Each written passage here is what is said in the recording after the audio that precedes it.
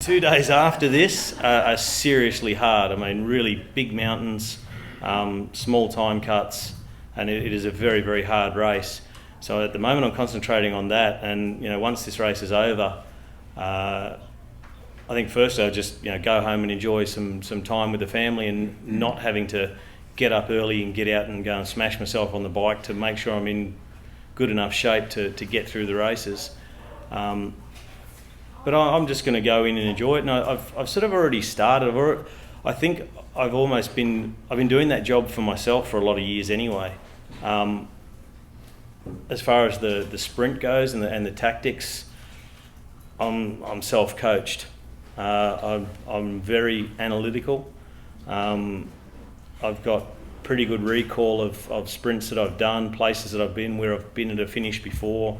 Get the race book and study it and memorise it, and then have a picture, in my mind's eye of what the finish is like, and then have a plan of how I'm going to attack it. Also have a plan B and a plan C and a plan D if needed, and change to whatever and adapt to the situation. And so, seeing as I've been doing that for myself for all these years, all I've got to do is then put that into words. But it's putting it into words for the other guys, but also assessing their sprinting style, their riding style, and what's going to suit them to do. Like, I can't tell somebody to do something that I would have done in that situation if it's not the type of sprinter they are. So I've got to think of that sort of thing. So I mean, I'm approaching it already thinking about, for instance, Matt Goss, how we're going to do it with him.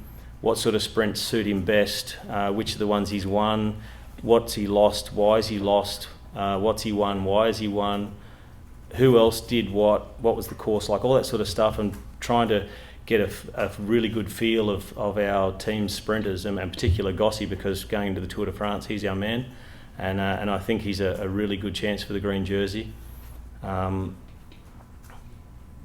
So yeah, the mind's already ticking over, and when I get the race book and see the course maps, see the finish maps, and then go there and see it myself, I think that's going to make the biggest difference.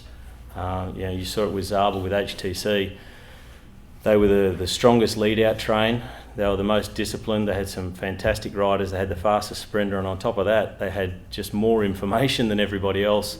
And I experienced that firsthand one day in the Tour. We came to this left-hander that was about 500 or 600 metres to go, and you couldn't see through it, and I found myself even just backing off just that touch because I was waiting to see what was on the other side of the corner, and Renshaw and Cav went through it full steam ahead, and I guess I lost 3/4 of a length, but at that point, 65k an hour, you close 3/4 of a length, you've already wasted some energy for the sprint.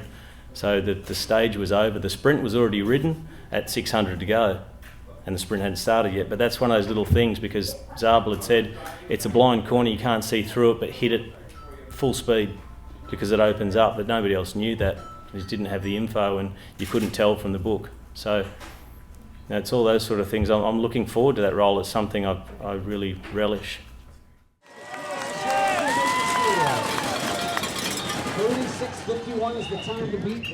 I'm here with the Garmin Barracuda chief mechanic for the Tour of California, Alex Bagnier. And obviously this is the new P5. Not a whole lot of these out here. Tell us a little bit about the bike and what sets it apart from many of the other time trial bikes or the ones you were using from last year. Well, obviously this is a new bike for 2012, the P5. Last year we were using the P4, which is a really proven design. Won the team time trial at the Tour de France last year.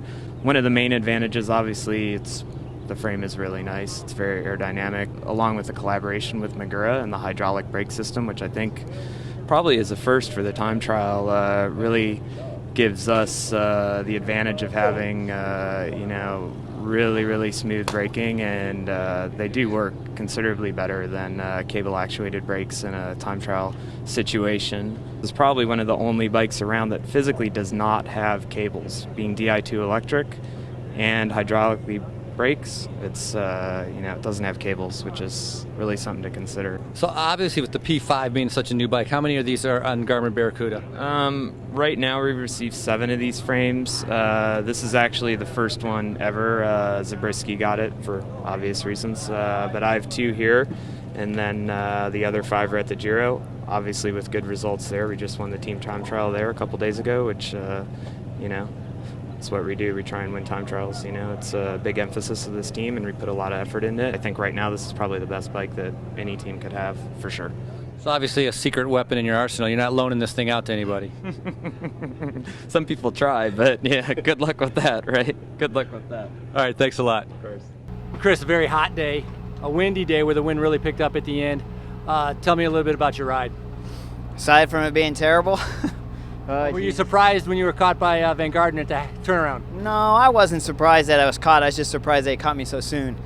I thought 50 seconds, a minute. I didn't really care so much about Zabriskie's time because I thought on Baldy then we can make that stuff up.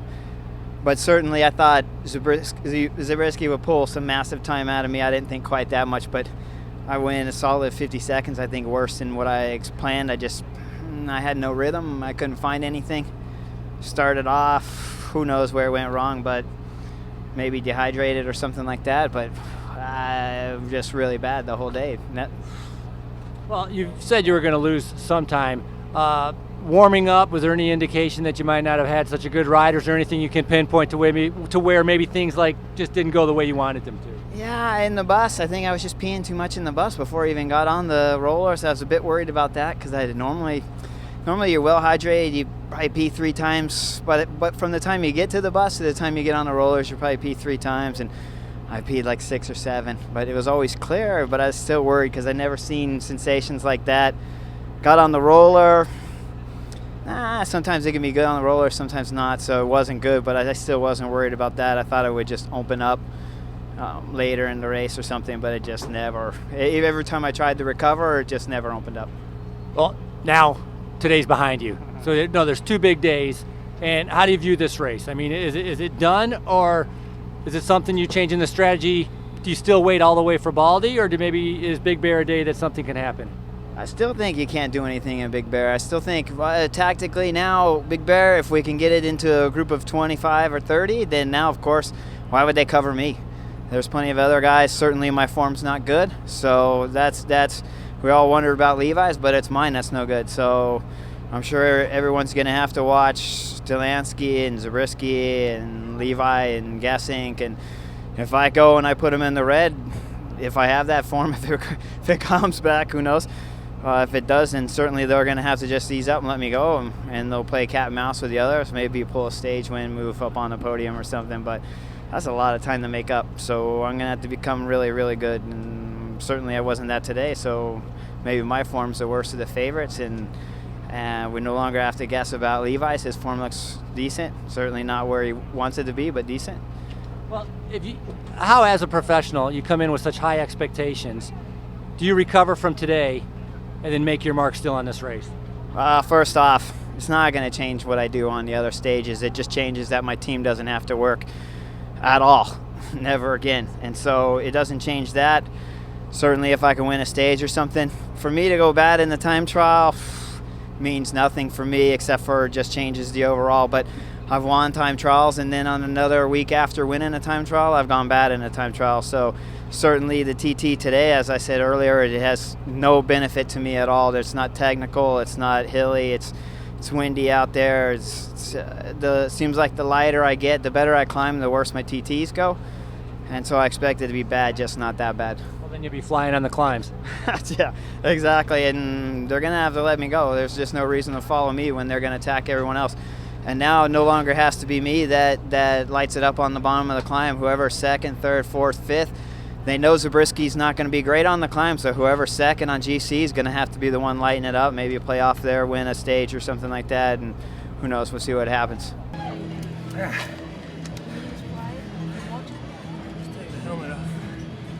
Dave, time trial has been a critical moment in the Amgen Tour of California. You've been looking forward to this day. Very windy out there. You've won the race. You're going to be in the yellow jersey. Could things have turned out any better? You sure I won? I haven't got that confirmation yet, but if that happens, yeah, that was my plan. So really, that would be pretty cool. I'm pretty happy if that happens. I don't know. Tell me, when you were on the way out, you were catching riders along the way. Did you know out on course that you were having a good ride? I mean, I felt fast. I had the speed on the computer, on the Garmin there, and I was just trying to stay above 50 as much as possible. And I knew the way back would be hard, and it seemed like a helicopter was just hovering over me. I always think that's a good sign, so I thought I was doing pretty good.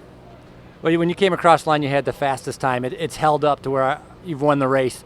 I believe now that you're going to be in the yellow jersey. So tell me, with the Big Bear and then Baldy, a lot of people aren't sure how your climbing is, and maybe you can assess how your climbing is compared to your time trialing, because if it's as good as TTing, I think you're in good shape.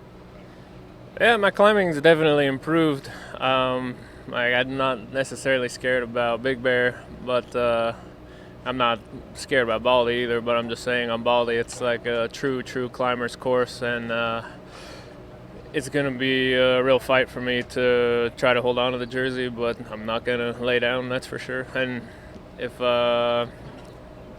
that's why we got true climbers on the team like Talansky and Danielson. Yeah, can you talk a little bit about the support you're going to have around you in these next couple days? Yeah, I mean, support, then just cards to play also. Danielson, Talansky, House. I mean, we got a really strong team here, really balanced. I think we've been riding really well this whole week, and yeah, I'm pretty happy so far. Congratulations. Thank you. Thanks. TJ, tough conditions out there. Fantastic ride. Were you surprised that you passed by Chris Horner? Oh, I passed Chris Horner. Yes. Were you surprised you caught him? Oh, it sounded like you said, are you surprised Horner caught me? No way. I don't think it worked that way, did it? No, I caught Horner around the turnaround. I mean, at the start of the day, I was thinking I could put roughly a minute into him, and I was surprised to catch him so quick at the turnaround. I think if I had gauged my effort a little bit more, I kind of died on the way back. But no, I mean, to be able to catch Horner in the time trial, to be over a minute ahead of him in a Baldy, that puts me into contention. Speaking of the conditions about dying on the way back, the wind has completely picked up. Tell me, how difficult was it on the way back with the last part of the climb, and I think it was a headwind? Oh, it was really tough. I mean, the thing is, this course was so not technical at all, which means you're spending the entire time in the aero bars. There's no like sit up, recover, take a corner, take a chance to swig your bottle. There was none of that. It was all like this. So I mean, it really showed I think it really benefited the guys who spent more time on the TT bike and training. So it looks like that paid off a little bit, but I was still arms starting to lactate out there a little bit. You spent the last 4 days waiting for this moment in the time trial. Are you pleased with your ride? Yeah, I was hoping to get a stage win out of it. It doesn't look like that's going to happen. I still don't know what my time. I think I passed a few guys, so I think they got confused as to who I was out there. So once I get straightened out, we'll see where I end up. It would have been nice to get a stage win, but I mean, even there's a bigger prize at the end of the tunnel. For sure. I mean, since our team got a little weakened with the Steves crashing out, maybe it's better to wait getting the jersey until Baldy. Fantastic ride. Thank you. Thank you. Nice job.